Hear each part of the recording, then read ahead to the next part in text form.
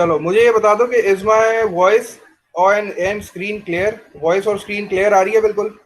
कोई भी एक माइक्रोफोन ऑन करके बता दो मुझे। जी सर।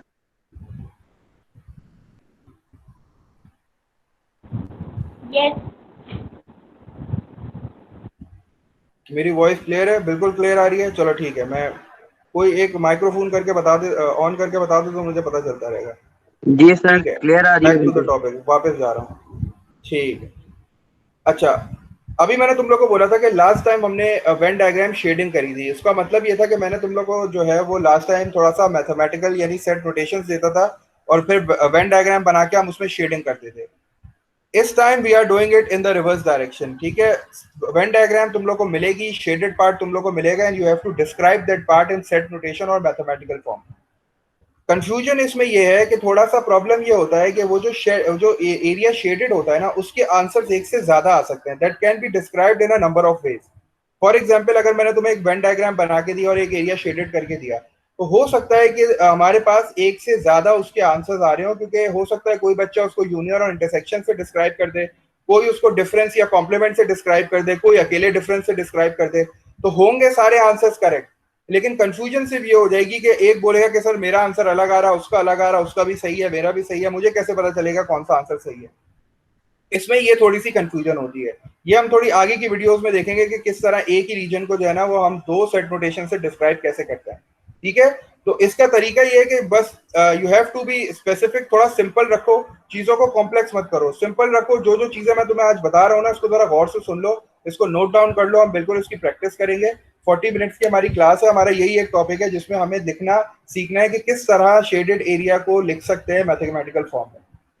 तो स्टार्ट करते हैं। सबसे पहले तो मेरे पास कुछ की टर्म्स है। अच्छा, ये बूलियन अलजेब्रा लिखा हुआ है स्क्रीन पे तुम लोग के, इसको जो है वो अभी फोकस मत करो। It is basically part of algebra, it is algebra of logic. ये तुम आगे जाके क्लास 9 में कंप्यूटर में भी करोगे, मैथ्स में भी करोगे। लेकिन अभी फिलहाल जो हमारा एरिया ऑफ कंसर्न है वो ये है कि एंड का जो मतलब है, इंटरसेक्शन का इंग्लिश जो ट्रांसलेशन है दैट इज एंड। अगर एंड का लफ्ज आ जाए तो इसका मतलब है कि आप इंटरसेक्शन ऑपरेटर यूज करोगे। इंटरसेक्शन ऑपरेटर जो है वो उल्टा यू होता है, इन्वर्टेड यू, और उसको पढ़ने का क्या तरीका होता है, ए एंड बी। अगर और का वर्ड आ जाए तो और का वर्ड होता है मैथ्स में यूनियन के बराबर। ठीक है, अगर और का वर्ड आता है तो उसको आप मैथ्स में यूनियन से डिस्क्राइब करते हो, और यूनियन का ऑपरेटर जो है वो कैपिटल यू होता है, जिसको मैं ए यूनियन बी लिखता हूँ, और उसको पढ़ने का तरीका क्या है, ए और बी। एक चीज और हमने देखी थी जिसको हम कहते थे कॉम्प्लीमेंट। कॉम्प्लीमेंट को जो है ना वो हम नॉट की फॉर्म में यूज करते हैं। नॉट अगर इंग्लिश में बोला जाए नॉट ए, तो फिर आप उस पर कॉम्प्लीमेंट यूज कर दोगे। ए कॉम्प्लीमेंट को अगर मैं पढ़ने की कोशिश करूं तो वो मैं इसको पढ़ूंगा नॉट ए, क्योंकि हमने देखा था कि कॉम्प्लीमेंट का ट्रिकी टर्म था अदर देन।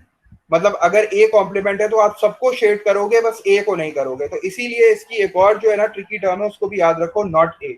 जब भी आपसे बोले ना नॉट ए, इसका मतलब है कि आपको ए कॉम्प्लीमेंट की बात कर रहा है। बोले नॉट बी, इसका मतलब बी जो कॉम्प्लीमेंट की बात कर रहा है। अगर कह रहा है नॉट ए यूनियन बी, तो इसका मतलब है A union B whole complement की बात कर रहा है। थोड़ा सा इन चीजों को समझो। इंटरसेक्शन का मतलब है एंड। एंड मीन्स इंटरसेक्शन, और means union, and not means negation या कॉम्प्लीमेंट। ठीक है, अगर ये थोड़ी सी चीजें समझ में आ गई हैं तो फिर आओ थोड़ी सी जो है वो एग्जाम्पल्स को फॉलो करते हैं। इस वीडियो में थोड़ी सी एग्जाम्पल्स भी हैं जिसको साथ साथ फॉलो करते हैं। ये तुम्हारे पास पहली एक वेन डायग्राम है जिसमें एरिया शेडेड है। ठीक है, ये एरिया जो है वो सिंपल सा डिस्क्राइब करना है, इसमें ज्यादा जो है इसकी डिटेल में जाने की जरूरत नहीं है। आपको पता है ए भी कंप्लीटली शेड है और बी भी कंप्लीटली शेड है, तो इसीलिए जो है अगर मैं इसको मैथमेटिकली या सेट नोटेशन में लिखना चाहूँ तो ये ए यूनियन बी हो गया। ठीक है, अच्छा एक चीज और जो है वो पीछे मैं बताना भूल गया, वो उसको जरा सुन लो। एक चीज जो है ना, इन तीनों के बाद जरा एक चीज और नोट कर लो। मैं आपको एक थंब रूल बता रहा हूँ। ठीक है, मैं एक थंब रूल बता रहा हूँ, जरा उसको गौर से सुन लेना। जब भी आपकी वेन डायग्राम में सिर्फ एक एरिया शेडेड हो, जब भी आपकी वेन डायग्राम में सिर्फ एक एरिया शेडेड हो, तो हमेशा ऑपरेटर इंटरसेक्शन यूज होता है। लेकिन अगर आपकी वेन डायग्राम में एक से ज्यादा एरिया शेडेड है तो आप और यानी यूनियन ऑपरेटर यूज करोगे। आपने देखा था वेन डायग्राम में बहुत सारे एरियाज बनते हैं। ओवरलैपिंग एरियाज भी होते हैं, कॉमन एरियाज भी होते हैं, अनकॉमन एरियाज भी होते हैं, यूनिवर्सल भी बाहर होता है। तो ये बहुत सारे रीजन होते हैं वेन डायग्राम में। If there is only one area shaded in the Venn diagram, तो जो ऑपरेटर यूज होगा वो होगा intersection. if there are more than one area shaded in the Venn diagram, the operator used will be or, that is union. ये जो thumb rule है ये 95% follow होता है। ये कब फॉलो नहीं होता? जब आप ब्रैकेट्स यूज कर लेते हो। जब आप अपनी सेट नोटेशन में ब्रैकेट्स यूज करोगे तब ये रूल जो मैंने आपको अभी बताया ये फॉलो नहीं होता। तो आसानी ये है कि ब्रैकेट्स को मत यूज करो, ठीक है? कोशिश करो ब्रैकेट्स को मत यूज करो ताकि हमारा ये थंब रूल लग सके। थंब रूल क्या कहता है कि अगर एक एरिया, सिर्फ एक एरिया शेडेड है तो इंटरसेक्शन ऑपरेटर यूज होगा, और अगर एक से ज्यादा एरिया शेडेड है तो और यानी यूनियन ऑपरेटर शेड होगा। थोड़ा सा अभी तुम लोग जो है ना वो क्लियर नहीं होगा, थोड़ा सा क्लियर होगा। अब ये मैंने तुम लोग को बताया कि this is the Venn diagram of A union B, इसमें ज्यादा डिटेल में जाने की जरूरत नहीं है। अगर मैं तुम्हें इसको अभी थंब रूल से समझाऊं तो थंब रूल क्या कहता है? यूनियन की बात हो रही है, एक से ज्यादा एरिया शेडेड है, ठीक है? 3 एरिया शेडेड है, ये भी एरिया शेडेड है, ये भी एरिया शेडेड है और ये भी एरिया शेडेड है, 3 एरिया शेडेड है। तो आप ऑपरेटर कौन सा यूज कर रहे हो? यूनियन। ए भी पूरा शेड है, बी भी पूरा शेड है, तो ए यूनियन बी, ठीक है? अगर मैं इसको थंब रूल से समझाने की कोशिश करूं। नेक्स्ट पे आता है।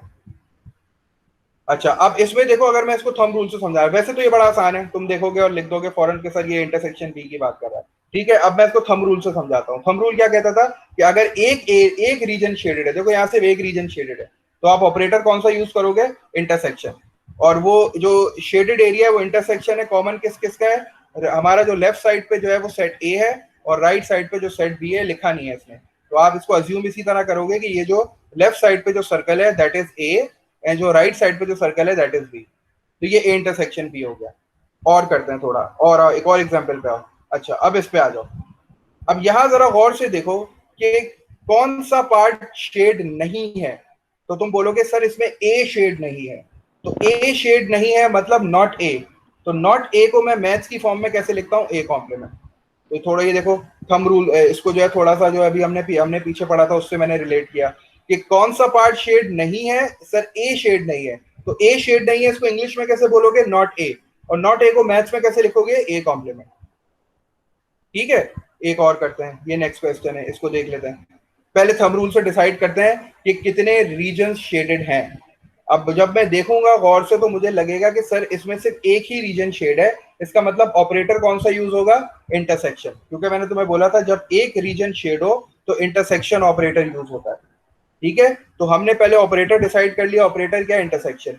अब मुझे बताओ शेड कौन है, ठीक है? राइट साइड पे बी सेट है तो इसका मतलब है बी शेड है, और कौन शेड नहीं है? तुम बोलोगे ए शेड नहीं है, तो मैंने फिर कैसे लिखा? बी शेड है, तो बी के बाद चूंकि एक रीजन है तो इंटरसेक्शन, और कौन शेड नहीं है तो मैंने लिखा नॉट ए, मतलब ए कॉम्प्लीमेंट। तो देख रहे हो, अगर उस चीज को फॉलो करो तो बड़े आराम से जो है ना वो हम वेन डायग्राम को शेड कर सकते हैं। जो आसान है उनके लिए तुम्हें इतना सोचने की जरूरत नहीं है, वो डायरेक्ट शेड कर दो। अगर तुम्हें इसकी आती थी, अगर तुम्हें समझ में आता था कि इसका आंसर क्या है तो डायरेक्ट लिख दो, फिर रूल्स पे जाने की जरूरत नहीं है। लेकिन अगर तुम्हें नहीं आता तो फिर रूल्स पे जाने की जरूरत है। अब देखो एक और एग्जांपल करते हैं। पहले तो डिसाइड करो कि how many region are shaded, एक से ज्यादा रीजन शेडेड है, ठीक है? तो ऑपरेटर कौन सा यूज करोगे? यूनियन। तुमने यूनियन लिख लिया। अब देखो कि शेड है कौन, शेड है कौन? बी शेड है, तो तुमने पहले बी लिख लिया। और कौन शेड नहीं है? ए शेड नहीं है, तो तुमने नॉट ए लिख लिया, ठीक है? यूनियन का मतलब होता है कि हमारे एक से ज्यादा रीजन अगर शेड हो तो ए, इसीलिए ए आया। अच्छा, अब तुम बोलोगे सर ए में ओवरलैपिंग एरिया नहीं आ रहा, तो ओवरलैपिंग एरिया इसलिए आ रहा है क्योंकि यूनियन है। यूनियन में आपको पता है दोनों सेट्स को शेड करना पड़ता है, तो इसीलिए ये ओवरलैपिंग एरिया भी आया है। इसीलिए यूनियन में एक से ज्यादा एरियाज आते हैं, ठीक है? तो अब एक और देख लेते हैं, लास्ट क्वेश्चन देख लेते हैं इसका, उसके बाद थोड़ी सी प्रैक्टिस करेंगे ये। अच्छा, अब ये जो आपके सामने वेन डायग्राम है इसके दो आंसर दो, ठीक है? एक लेफ्ट साइड पे लिखा है A complement union B complement, और राइट साइड पे लिखा है A intersection B whole complement. तो मैं जो है ना वो राइट साइड वाले को प्रेफर करूंगा क्योंकि वो आसान है, ठीक है? सबसे पहले तो ये देखो कि फिगर में कौन शेड नहीं है। तो तुम लोग बोलोगे कि सर जो कॉमन एरिया है ना ए इंटरसेक्शन बी, वो शेड नहीं है, तो उसको मैथ्स में क्या लिखेंगे? Not A intersection B. तो नॉट की जगह पे तुमने क्या लगा दिया? होल कॉम्प्लीमेंट, क्योंकि पूरा ए इंटरसेक्शन शेड नहीं है ना, पूरा ए इंटरसेक्शन बी शेड नहीं है, इसीलिए यूज अ ब्रैकेट, और तुमने ब्रैकेट के बाहर कॉम्प्लीमेंट लगा दिया। इसको पढ़ने का क्या तरीका है? शेडेड कौन नहीं है? Not A intersection B. A intersection B के अलावा सब शेड है, तो सिर्फ ए इंटरसेक्शन बी नहीं शेड है, तो उसको मैथ्स में मैं कहूंगा तो कहूंगा नॉट ए इंटरसेक्शन बी। तो नॉट का क्या मतलब हो जाएगा? Complement.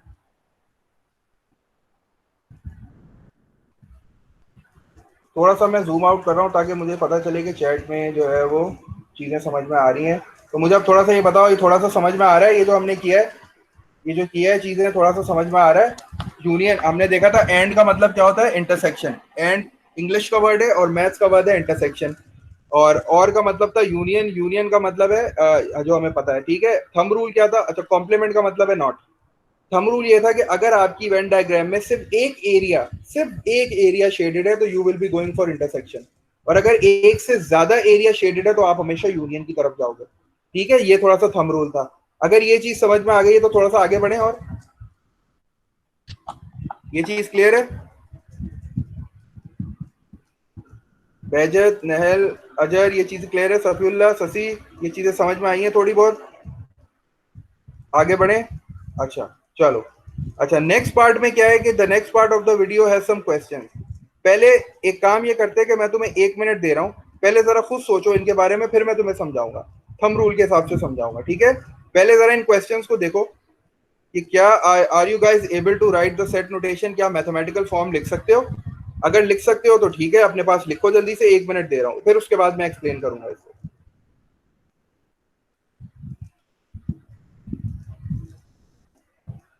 Sir Faizan,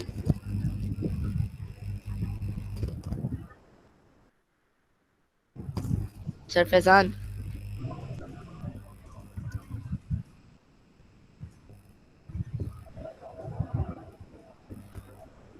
sir Faizan, एक सवाल है।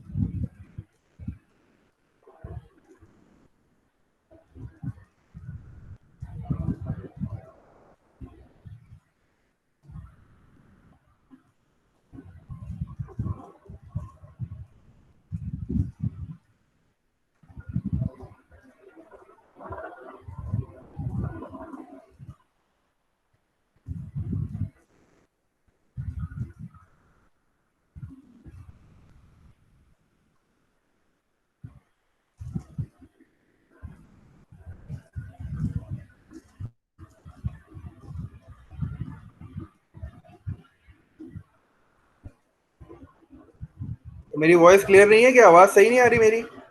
उज़ैफा, अब आ रही है आवाज सही? जी सर। सफील्ला कुछ कहना चाह रहे हैं?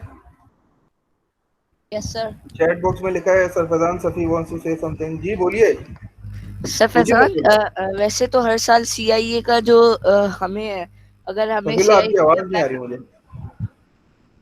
मेरी आवाज आ रही है आपको? जी सर।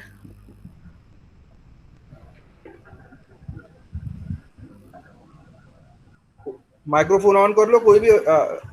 माइक्रोफोन ऑन करके मुझे बता दो मेरी आवाज साफ आ रही है? सफीउल्ला कह जी रहे हैं सर, यस, आ रही है। मेरी आवाज आ रही है। सफीउल्ला, आपकी आवाज नहीं आ रही। जी सर आ रही। जी सर आ रही है थैंक यू आवाज। सर। दूसरों दूसरों को आ रही है आवाज मेरी? जी, सफी आ रही है आवाज। मुझे सफी सर, की आवाज आ रही है, सबकी आ रही है, सर की नहीं आ रही समझ। आवाज ही नहीं आ रही।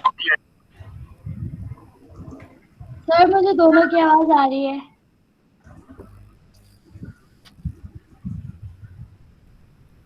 सर अब आवाज आ रही है? हाँ सफीउल्ला, अब आपकी आवाज बिल्कुल क्लियर आ रही है, बोलिए। सर वैसे तो हर साल सीआईए पे जब हमें जाना होता है तो हमारे 8 के रिजल्ट पे होता है कि कम से कम 60% मार्क्स चाहिए होता है। इस साल आपको कुछ अंदाजा है क्या होगा? इसी तरह यही होगा। कैम्ब्रिज के लिए 65% ही होंगे। जब तुम लोग की रिपोर्ट कार्ड बनेगी ना तो उसमें तुम लोग की जो परसेंटेज बनेगी, इसीलिए उस हिसाब से तुम लोग का वो होगा, मतलब कि कैम्ब्रिज में जाओगे कि मैट्रिक में जाओगे। वो मैंने उसमें बताया था ना कि अभी तुम लोग की रिपोर्ट कार्ड बनेगी, तो रिपोर्ट कार्ड में तुम्हारे 100 मार्क्स में से 50 मार्क्स तो ये वाले हो गए, 50 मार्क्स तुम्हारे और हो गए। उसके हिसाब से फिर तुम्हारी पूरी परसेंटेज बनेगी। अगर वो परसेंटेज ओवरऑल 65 से ज्यादा है तो फिर जो है ना वो प्रमोशन जो है वो कैम्ब्रिज में हो जाएगी, कैम्ब्रिज में बैठ सकते हो। वरना फिर ये है कि आपको मैट्रिक में डाल देंगे। इसका मैं जवाब जो है ना एंड में भी दे दूंगा। अभी रिकॉर्ड हो रही है ना वीडियो, तो ये बीच में फिर ये क्वेश्चन आ जाएगा, ठीक है? ठीक है मैं सर। फिर इसका जवाब एंड में भी दे दूंगा, ठीक है? तो ओके। अभी फिर जो है वो दोबारा उसकी तरफ चलते हैं, वीडियो की तरफ। अब मेरी आवाज और वॉइस क्लियर है तो मैं आगे बढ़ता हूँ, ठीक है? अच्छा, ये जो प्रैक्टिस क्वेश्चन है ये फिलहाल अभी तुम लोग जो है वो इतनी अच्छी अंडरस्टैंडिंग नहीं हुई होगी, तो हो सकता है ये तुम लोग से सॉल्व ना हो। तो अब मैं तुम लोग को ये एक्सप्लेन करता हूँ आंसर्स के साथ और थंब रूल के साथ, तो अब जरा इसको गौर से सुनना, ठीक है? अब देखो कितना आसान हो जाएंगी चीजें। मैं पहली वाली वेन डायग्राम की बात कर रहा हूँ। पहली वाली वेन डायग्राम में ज्यादा सोचने की बिल्कुल जरूरत नहीं है, क्योंकि आपको पता है the shaded area is between P and Q. P और क्यू का जो कॉमन पार्ट है सिर्फ ये शेड है। तो आपको पता है जो कॉमन पार्ट जब शेड होता है तो आप इंटरसेक्शन यूज करते हो। अगर थंब रूल की बात करो तो थंब रूल कहता था कि अगर सिर्फ एक रीजन शेडेड है तो आप जो है वो इंटरसेक्शन ऑपरेटर यूज करते हो। थंब रूल भी फॉलो हो रहा है इस डायग्राम में, और आपको पता है कि the common area between P and Q, तो पहली वाली का आंसर हो गया पी इंटरसेक्शन क्यू। ठीक है, चलो अब दूसरी वाली पे आते हैं। दूसरी वाली पे थंब रूल अप्लाई करते हैं। थंब रूल कहता है if there is only one shaded area then go for intersection. आपको दिख रहा है कि सिर्फ एक ही शेडेड एरिया है, तो इसका मतलब है कि आप जो है वो इंटरसेक्शन ऑपरेटर यूज करोगे अपने सेट नोटेशन में। अब जरा हम ये देखते हैं कि शेडेड एरिया है क्या। शेडेड एरिया जो है वो basically it is the common between Q and R. Common area between Q and R है, तो कॉमन एरिया को इंटरसेक्शन से शो किया, तो मैंने लिखा क्यू इंटरसेक्शन आर। लेकिन प्रॉब्लम ये है कि जो common area between Q and R है ये पूरा एरिया होता है, वो ये पूरा एरिया होता है, ठीक है? लेकिन अभी पूरा एरिया शेडेड नहीं है, सिर्फ शुरू का शेडेड है। तो कौन शेडेड नहीं है? तो पी शेडेड नहीं है। तो पी जब शेडेड नहीं है तो इसको इंग्लिश में कैसे लिखेंगे? Not P. तो नॉट पी को मैथ्स में कैसे लिखते हैं? P complement. और चूंकि आप एंड का लफ्ज यूज करोगे तो इसीलिए जो है वो इंटरसेक्शन है। आप इसको पढ़ोगे कैसे? Q and R and P not, Q and R and P complement, इस तरह, ठीक है? तो एंड का लफ्ज आ रहा है तो एंड का मतलब है इंटरसेक्शन की बात हो रही है। आई होप थोड़ा सा ये और क्लियर हुआ होगा। थर्ड वेन डायग्राम में अगर आप आते हो तो आपको ज्यादा सोचने की जरूरत नहीं है। चलो थंब रूल अगर अप्लाई भी करते हो, थंब रूल कहता है if there is more than one area shaded, बिल्कुल more than one area shaded है, और आपको पता है कि पूरा कंप्लीट क्यू शेड है, पूरा कंप्लीट आर शेड है, तो आपको पता है वेन डायग्राम इसकी सेट नोटेशन क्या हो जाएगी? क्यू यूनियन आर, ठीक है? इसमें भी सोचने की जरूरत नहीं थी। उसके बाद आ जाओ फोर्थ वेन डायग्राम में इसकी बात कर रहा हूँ। इसमें फिर थंब रूल अप्लाई करते हैं। थंब रूल कहता है अगर एक एरिया शेडेड है तो इंटरसेक्शन ऑपरेटर आएगा बस। तो मैंने कहा ठीक है इंटरसेक्शन ऑपरेटर यूज करूंगा। अब देखो शेडेड है कौन? शेड है क्यू। क्यू एंड कौन शेड नहीं है? Not P. एंड कौन शेड नहीं है? Not R. तो इसको लिखेंगे कैसे? क्यू एंड के लिए इंटरसेक्शन, नॉट पी के लिए पी कॉम्प्लीमेंट, एंड के लिए दोबारा इंटरसेक्शन, एंड नॉट आर के लिए आर कॉम्प्लीमेंट लिख दिया, ठीक है? इसको दूसरी तरीके से भी डिस्क्राइब किया जा सकता है जो आपके सामने है, लेकिन चूंकि जब एक चीज समझ में आ रही है, एक चीज आसान है, तो फिर उसी को फॉलो कर लो, चीजों को कॉम्प्लेक्स बनाने की जरूरत नहीं है, ठीक है? तो हमें इंटरसेक्शन वाला समझ में आ गया तो हमने इंटरसेक्शन वाला फॉलो कर लिया। I hope this is clear now. अब आ जाओ इस पे फिफ्थ वन पे। फिफ्थ वन में आप फिर थंब रूल अप्लाई करो। थंब रूल कहता है if there is only one area shaded go for intersection. Intersection लिखेंगे हम, और ये इंटरसेक्शन जो है वो बेसिकली ये वाला जो पार्ट होता है ये तीनों सेट्स का इंटरसेक्शन होता है। तो P intersection Q intersection R will be the answer of this Venn diagram. अब आ जाओ लास्ट वाली पे। लास्ट वाली में अगर आप देखो तो थंब रूल अप्लाई करो। थंब रूल कहता है if there is more than one area, बिल्कुल मोर देन वन एरिया हम यूनियन यूज करेंगे, ठीक है? हमने यूनियन यूज किया। कौन कौन है शेडेड? पी है और क्यू है, तो पी यूनियन क्यू। लेकिन ये देखो कि पी यूनियन क्यू में कुछ चीज नहीं भी है, तो एंड के लिए मैंने इंटरसेक्शन यूज किया। और कौन शेड नहीं है? तो आर शेड नहीं है, तो इसको इंग्लिश में कैसे लिखा? Not are. और मैथ्स में कैसे लिखा? R complement. तो इस तरह ये थोड़ा सा जो है ये चीज थोड़ी सी ये मुश्किल है शेडिंग करना, थोड़ा सा इसके मतलब कहते हैं ना इसके कंपेरेबल थोड़ा आसान है। ये थोड़ा सा मुश्किल होता है क्योंकि इसमें एक से ज्यादा आंसर्स आ रहे होते हैं। लेकिन ये है कि थंब रूल और जो है मैंने जो आपको ट्रिकी टर्म्स वगैरह बताई हैं इसको अगर फॉलो किया जाए तो आई होप ये चीज भी बिल्कुल सही हो सकती है। बाकी इसकी प्रैक्टिस क्वेश्चन सप्लीमेंटल में भी है, हम थोड़ी इसकी और अभी प्रैक्टिस करते हैं। लेकिन फिलहाल जो है वो मुझे थोड़ा सा ये बता दो कि हाँ बिल्कुल जियोजेब्रा स्टार्ट करते हैं। ये चीज थोड़ी सी समझ में आ गई है तो मैं जियोजेब्रा के जो है ना वो लिंक आपके चैट बॉक्स में डाल रहा हूँ, उसको जल्दी से आप लोग को ही करना है, ये मैं नहीं कराऊंगा, ये आप लोग को ही करना है। ये बड़ा आसान है, जल्दी जल्दी 2 टास्क दे रहा हूँ, जल्दी जल्दी दोनों टास्क को फिनिश करना है। उसके बाद हमारे पास एक और चीज है वो भी देखनी है, फिर क्लास ओवर करेंगे। जल्दी से इस टास्क को फिनिश करो, इस टास्क को पहले फिनिश करो। मैं दोनों टास्क अपलोड कर रहा हूँ, दोनों टास्क को जो है जल्दी जल्दी फिनिश करो, फिर उसके बाद आगे बढ़ेंगे। मैंने चैट बॉक्स में डाल दिया है, ये 5PE वाला डाल दिया है, ये वाला डाल दिया है, अच्छा ये वाला डाल दिया। जल्दी से इनको ट्राई करो, ये बहुत इजी है, सिर्फ इनको वो मैच करना है। जल्दी से मैच करो, मुझे बताओ हो रहे हैं कि नहीं। दोनों लिंक मैंने भेज दिए हैं, जल्दी से ट्राई करो जियोजेब्रा के। पहले लिंक में देखो, पहले लिंक ये वाला है। पहले लिंक में क्या करना है, आपके पास साइड में फिगर्स बनी हुई हैं और सिर्फ मैच करना है बस। वर्ड की डिस्क्रिप्शन भी है, वर्ड की डिस्क्रिप्शन भी है। सर मैच करने के बाद उसका कोई रिस्पॉन्स ही नहीं आ रहा। नहीं, इसका कोई रिस्पॉन्स नहीं आएगा। इसका कोई रिस्पॉन्स इसलिए नहीं आएगा क्योंकि ये प्रैक्टिस के लिए है, ठीक है। मतलब करेक्ट और रॉन्ग ये नहीं देगा, ये बस ऐसी है। देखो इंटरसेक्शन के लिए आपको पता है मैं साथ साथ करता हूँ। अभी हम यही वाली वर्कशीट कर रहे हैं, सब ये वाली खोल लो, सब ये वाली खोलो, ठीक है, सब ये वाली ओपन कर लो। चलो, पहले वाले में कह रहा है ए इंटरसेक्शन बी। अगर आप इसको पढ़ो तो सेंटेंस क्या कह रही है, A intersection. Intersection B. Intersection का मतलब कॉमन। विजुअल रिप्रेजेंटेशन क्या हो जाएगी, ये वाली हो जाएगी। मैंने इसको ये लाके वाली। यहाँ जल्दी से पेस्ट कर दिया, ऐसा ही है। जी अब सर। इसकी वर्ड डिस्क्रिप्शन, इसकी वर्ड डिस्क्रिप्शन क्या हो जाएगी। मैंने बताया था इंटरसेक्शन को किस तरह रिप्रेजेंट करते हैं, एंड से। तो इसकी वर्ड डिस्क्रिप्शन क्या हो जाएगी, ए एंड बी। ऐसे ही कर रहे हैं सारे, ऐसे ही कर रहे हो सारे। जी सर। करो, जल्दी से करो, आगे बढ़ो जल्दी से।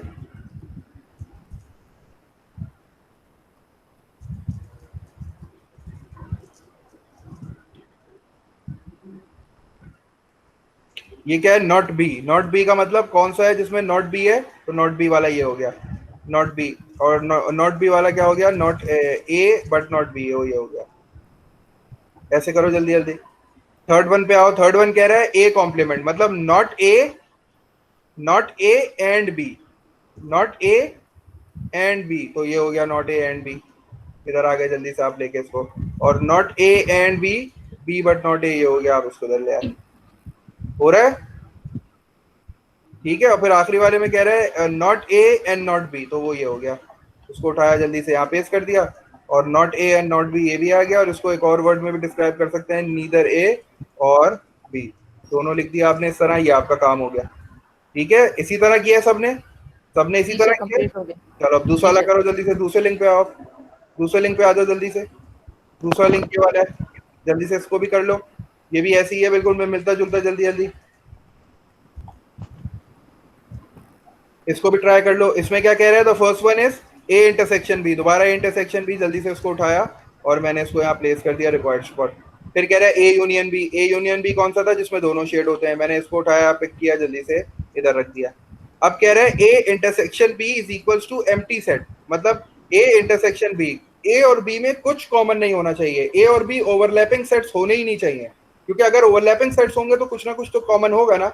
ए भी अलग, बी भी अलग। तो ऐसी फिगर कौन सी है, ये रही। मैंने ये इसको पिक किया जल्दी से, इसको यहाँ यूं करके पेस्ट कर दिया। फिर कह रहा है नॉट ए, नॉट ए, तो ऐसी कौन सी फिगर है जिसमें ए शेड नहीं है, ये वाली। मैंने इसको पिक करके यहाँ रख दिया। समझ में आ रहा है। अच्छा, फिर कह रहा है बी। मैंने ये बताया था, ये किसका सिंबल है, सबसेट का। सर सबसेट हो का, गया। सबसेट का सिंबल है। Very good Safiullah, subset sir वाले को ये जल्दी। पहली वाली वर्कशीट को जब कर लें तो फिर सबमिट कहाँ कराएं? सबमिट नहीं है, ये प्रैक्टिस है। ये सबमिट नहीं है, ये प्रैक्टिस है। बस करके दूसरा लिंक पे चले जाएं। बिल्कुल दूसरे लिंक पे चले जाओ। आंसर्स मैच कर लेना। मैंने ये आंसर्स भी तुम्हारे सामने कर लिए, हमने मिलकर भी सॉल्व कर लिया एक बार, ठीक है। इसको अभी सबमिट नहीं कराना। सबमिट वाला काम मैं बताऊंगा क्या करना है। ये बेसिकली प्रैक्टिस वाला सॉफ्टवेयर है, तो इसमें प्रैक्टिस कर सकते हैं। दोबारा प्रैक्टिस करना है इसको, वो रिफ्रेश कर दो यहाँ से, फिर दोबारा प्रैक्टिस कर लो इस तरह। चलो, अब ये वाला लास्ट वाला क्या है, ए इंटरसेक्शन बी, मतलब नॉट और कॉमन पार्ट। तो ये वाला एक ही बचा है, ये आ गया। सर आप ये दोनों ये लिंक तो वैसे भी आपने गूगल क्लासरूम पे पेस्ट किए हुए, बिल्कुल तो हम मैंने इसको बाद शेयर में कर दिया, प्रैक्टिस कर सकते हैं। मैंने शेयर कर दिया। बिल्कुल तुम बाद में भी प्रैक्टिस कर सकते हो। सप्लीमेंटल वर्कबुक में कुछ क्वेश्चंस हैं, बिल्कुल जैसे हमने आज किए उस तरह के क्वेश्चन सप्लीमेंटल वर्कबुक में भी है, उनको भी ट्राई करो, ठीक है। थोड़ा चैट बॉक्स में मुझे जल्दी जल्दी बता दो, ये चीजें समझ में आई हैं। दोनों लिंक ये किया है दोनों ने, ये सबने किया है। सरोज किधर है, उजैफा, अजर, सबके क्यों कमेंट्स नहीं आ रहे, सब किधर है, वरना मैं फिर मुझे सबके माइक खुलवाने पड़ेंगे। और ये तो 12 स्टूडेंट्स हैं, ये बाकी किधर गए सारे। यस सर, कर लिया। कर लिए, समझ में आए। चलो, अब बस हमारे पास जो है ना वो 2 मिनट रह गए, तो 2 मिनट में बस हमारे पास एक और छोटा सा लिंक है जिसको हम थोड़ा और रिवीजन के तौर पे कर लेते हैं। ये चीजें समझ में आ गई हैं। थोड़ा थोड़ा सा एक और हमारे पास वो है, उसको भी मैं तुम लोग के साथ शेयर कर लूँ लिंक। उस लिंक को भी अपने पास खोल लो। ये सिर्फ एक रिवीजन है, ठीक है। ये बस एक रिवीजन है समझो, ताकि हमने जो अभी जितना भी काम किया ना ये थोड़ा सा क्लियर हो जाए। मैं इसको चैट बॉक्स में ये लिंक शेयर कर रहा हूँ।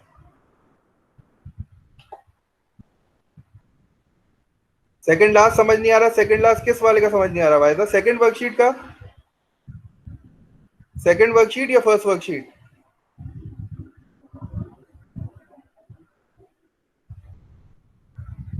सेकंड वाली की बात करिए। अच्छा, सेकंड वाली जो है वो ये वाली थी ना। सेकंड लास्ट में कह रहा है B is a subset of A, B is a part of A. अगर B is a part of A तो बी जो है ना वो ए के अंदर बनेगा। हमने सबसेट में देखा था ना, subset is basically a part of a set. तो पार्ट ऑफ अ सेट ऐसा होता है जिसके जो मेंबर्स होते हैं ओरिजिनल सेट से कम होते हैं। तो जब ओरिजिनल सेट से कम होते हैं तो बी जो है ना वो इनसाइड बनेगा ए के, जिसकी ये फिगर बनी हुई है। ठीक है, मतलब इसको पढ़ोगे भी तो B is a part of A. तो बी जो है ना वो पार्ट ऑफ ए है, बी जो है वो ए के जो एलिमेंट्स है वो बी के भी वही एलिमेंट्स है। इसका मतलब सर इस इसमें तरह है। क्या करना है जो अब आपने लिंक शेयर किया है? जो मैंने लिंक शेयर किया मैं इसको बता रहा हूँ बिल्कुल। मैंने जो लिंक शेयर किया ना इसको सिर्फ समझ लो। देखो मैंने आपके सामने ये खोल दिया है, स्क्रीन पे क्लियर है, वॉइस क्लियर आ रही है? Yes sir. ठीक है, चलो जी। अब इसको देखते हैं। अब इसको देखते हैं, देखो अब इसको करना क्या है। ये लिखा हुआ है कैपिटल यू मतलब यूनिवर्सल। जब मैं इसको क्लिक करूंगा तो मेरी पूरी वेन डायग्राम शेड हो जाएगी। ठीक है, बस इसको चेक करना है। अच्छा, इसका मतलब है पूरी वेन डायग्राम शेड हो गई। ठीक है, क्योंकि आपको पता है यूनिवर्सल सेट में हर चीज आ जाती है। अब मैं इसको क्लिक करता हूं तो मुझे पता है ये है एम्प्टी सेट, कुछ शेड नहीं होगा। मैंने देख लिया, हाँ कुछ शेड नहीं हो रहा। मैं इसको क्लिक करूंगा सिर्फ ए शेड होगा, मैं इसको क्लिक करूंगा बी शेड होगा, मैं इसको क्लिक करूंगा सी शेड होगा। इसका मतलब क्या है? नॉट ए, ए के अलावा सब शेड हो जाएगा। मैंने क्लिक करके चेक कर लिया, हाँ भाई सही कह रहा है। इसका मतलब नॉट बी, बी के अलावा सब शेड हो गया। नॉट सी, सी के अलावा सब शेड हो गया। ए यूनियन बी का क्या मतलब होगा? ए और बी शेड हो जाएंगे और बाकी नहीं होगा। बी यूनियन सी का मतलब बी और सी, ए यूनियन सी का मतलब ए और सी। ये थोड़ा सा रिविजन है। ठीक है, ए इंटरसेक्शन बी का मतलब ए और बी का common part, B intersection C का मतलब बी इंटरसेक्शन सी का common part, A intersection C का मतलब ए इंटरसेक्शन सी, ए और बी सी का कॉमन पार्ट। ए माइनस बी का क्या मतलब हो गया? सिर्फ वो ए के वो मेंबर्स जिनका बी से कोई कनेक्शन नहीं है, जो बी के बिल्कुल सेपरेट है। देखो ऐसे ही है, इनका बी से कोई कनेक्शन नहीं है। बी माइनस सी का मतलब बी के वो मेंबर्स जिनका सी से कोई कनेक्शन नहीं है। सी माइनस ए का मतलब सी के वो मेंबर्स जिनका ए से कोई कनेक्शन नहीं है। ठीक है, ये थोड़ा सा समझ में आ रहा है? अब आगे बढ़ जाओ, इस साइड पे आ जाओ, राइट साइड पे। यहाँ थोड़े से मुश्किल क्वेश्चन है, हमने माइनस वाले भी किए थे। माइनस वाले का क्या मतलब है? रिमूव करना। सी इंटरसेक्शन ए का मतलब ए और सी का इंटरसेक्शन वाला पार्ट, और उसमें से मैं क्या रिमूव कर दूं? उसमें से मैं बी रिमूव कर दूं। माइंड में थोड़ी सी आ गई कि कौन सा एरिया शेड होगा, क्लिक करके चेक कर लिया, हाँ यही वाला एरिया शेड होगा, थोड़ा सा वो रिविजन कर लिया। इसी तरह इसका हो गया C minus A union B, A union B को शेड करो और सी को शेड करो, उसमें से ए यूनियन बी वाला पार्ट निकाल दो, ए और बी से जो रिलेटेड पार्ट था वो निकाल दिया। आपको आइडिया हो गया, हाँ सर सही है। आगे बढ़ो, आगे बढ़ जाओ, ये वाला देखो। अच्छा, ये क्या कह रहा है? ये कह रहा है B intersection C intersection A complement. चलो इसको थंब रूल से करते हैं। थंब रूल कहता है कि जब इंटरसेक्शन आ जाए तो सिर्फ एक एरिया शेड होगा, एक एरिया शेड होगा, और वो कौन सा एरिया शेड होगा? ए कॉम्प्लीमेंट का मतलब है नॉट ए। ठीक है, नॉट ए, ए नहीं होगा शेड, ए नहीं होगा, ए के अलावा सारा एरिया शेड होगा। और किसकी बात कर रहा है? बी इंटरसेक्शन सी। क्लिक करके देख लिया कौन से एरिया की बात कर रहा है। ठीक है, इसी तरह इसको देखो, अब ये बिल्कुल इसका उलट हो गया। यहाँ भी थंब रूल अप्लाई करो। थंब रूल में कह रहे हैं इंटरसेक्शन है, इसका मतलब है सिर्फ कोई एक एरिया शेड होगा। और कौन सा वाला वो होगा? जो सी और ए का इंटरसेक्शन है, और बी उसमें नहीं आना चाहिए। तो आपने देखा इस वाले की बात कर रहा है। बात समझ में आ रही है? इस वाले को देखो थोड़ा, इस वाले में क्या कह रहे हैं? ए इंटरसेक्शन बी, इसका मतलब। अब ये देखो, एक चीज और दिखाता हूँ। इसका आंसर देखो और इसका आंसर देखो, दोनों सेम आंसर है। ये देखो, इसका आंसर और इसका आंसर दोनों सेम है। तो आपको पता चल गया कि एक आप शेडेड एरिया को एक से ज्यादा सेट नोटेशन से भी डिस्क्राइब कर सकते हो। अच्छा, इसकी क्या बात कर रहा है? इसको देखो, अगर देखो तो ये कह रहा है सी कॉम्प्लीमेंट नॉट सी और not A, and not C and not A and B. तो बी का पार्ट शेड होगा बस, कौन सा वाला? छोटा वाला।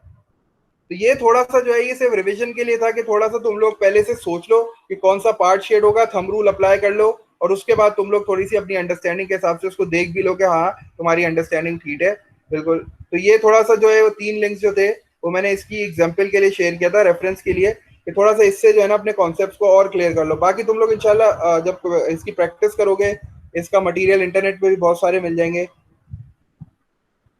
तो थोड़ा सा इस पे जो है थोड़ी सी इसकी प्रैक्टिस करना। मैं इंशाल्लाह इस वीडियो को भी जो है वो इसकी रिकॉर्डिंग अपलोड कर दूंगा।